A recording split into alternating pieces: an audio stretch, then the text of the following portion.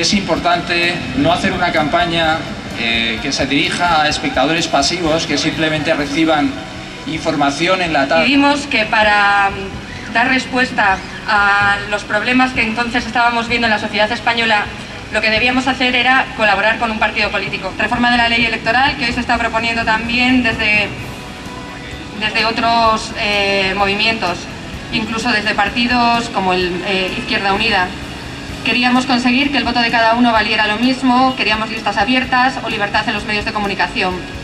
Propusimos la despolitización del Consejo General del Poder Judicial, modificando el sistema de nombramiento de sus vocales, haciendo que este no dependiera de los partidos políticos. Propusimos despolitización de la caja de ahorros, eliminar duplicidades en la administración, recortar el gasto autonómico superfluo.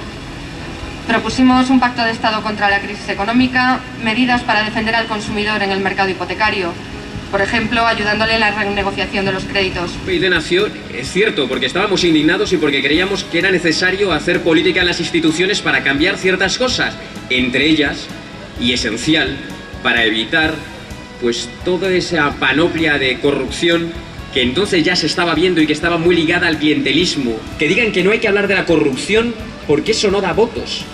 Como si la política hubiera que hacerla en función exclusivamente de los votos que pueda dar o de los votos que pueda quitar. Como si los políticos no tuvieran la obligación de tener una conducta ejemplar y una actitud ejemplar.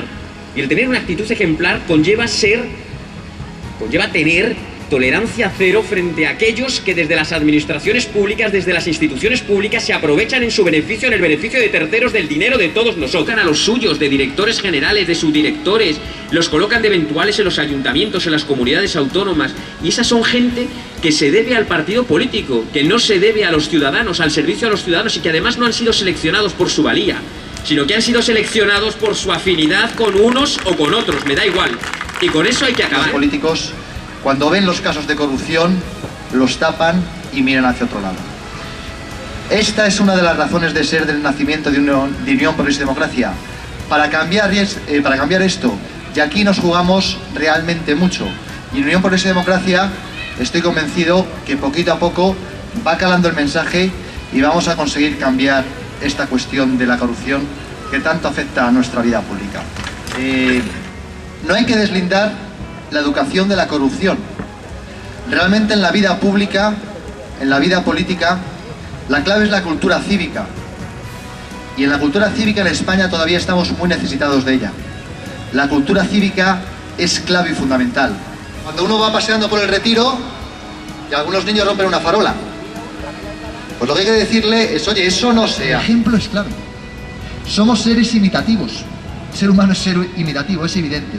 Entonces hay que saber dar ejemplo. Es muy importante el ejemplo. Es muy importante generar un ambiente donde el corrupto le cueste hacer la corrupción.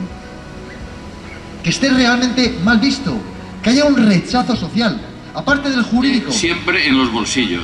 La corrupción, en el sentido que la estamos planteando, luego hablaremos algo de corrupción política, supone forzar de diversas maneras la voluntad de quienes deciden en las administraciones públicas en favor de determinadas personas, determinadas ofertas, determinados contratos. Y eso supone siempre un encarecimiento de los contratos.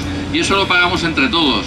Entonces, amigos, prestemos atención a este tema. Una serie de partidos, prácticamente todos, menos nosotros, menos Unión, Progreso y Democracia, que llevan corruptos en sus listas. Y no pasa nada. Y yo me he permitido, por una vez traigo unos papeles, pero no se preocupen porque no es mucho, pero simplemente relatar, recordar algunos casos de corrupción. Por supuesto, he procurado hacer un mínimo resumen, tenía como 20 o 25 páginas. Y entonces he hecho un mínimo resumen. Hay que arbitrar medidas preventivas y medidas de sanción contra la corrupción. Medidas preventivas. Por ejemplo, la transparencia. La transparencia es absolutamente clave. Transparencia en la función pública, transparencia en los contratos, dar cuentas de la gestión. Y hay que sancionarlos ejemplarmente. ¿Quién debe sancionarlos? Debe sancionarlos primero sus propios compañeros de partido. El partido, un partido político cualquiera, no puede amparar a sus corruptos. No puede invocar un falso y mendaz corporativismo y protegerlos. No puede volver a llevarlos en listas electorales.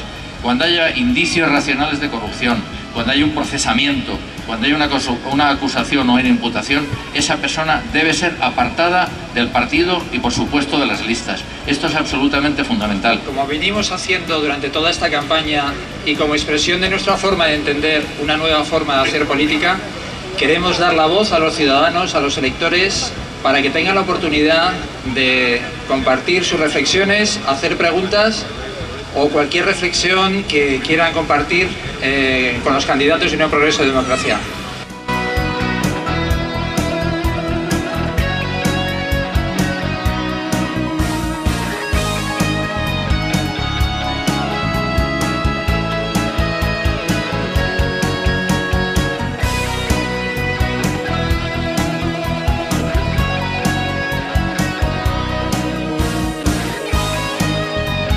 Hemos querido hablar esta tarde, dedicar una sesión monográfica a un tema que nos parece absolutamente fundamental y que está deteriorando enormemente nuestra democracia, que es el tema de la corrupción. Es un tema muy serio, muy serio.